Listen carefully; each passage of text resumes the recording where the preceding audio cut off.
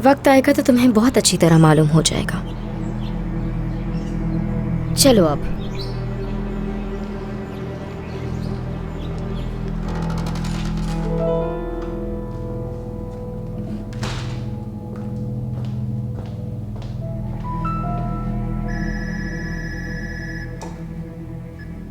हाँ कहो। ठीक है, उसे ऊपर भेज दो। रुको, मैं आती हूँ।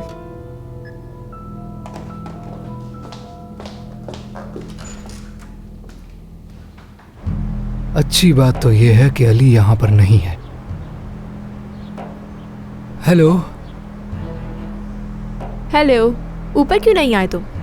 अगर अली ने अंदर देख लिया तो हंगामा खड़ा कर देगा, इसलिए नहीं आया।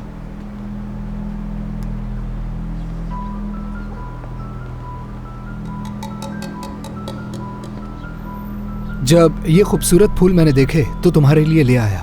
बहुत शुक्रिया तुम्हारा। ये फूल तो बहुत पसंद है मुझे। मुझे अंदाजा था तुम्हें पसंद आएंगे। खुशी हुई मुझे। बहुत पसंद आए मुझे। तुमने सहमत क्यों की?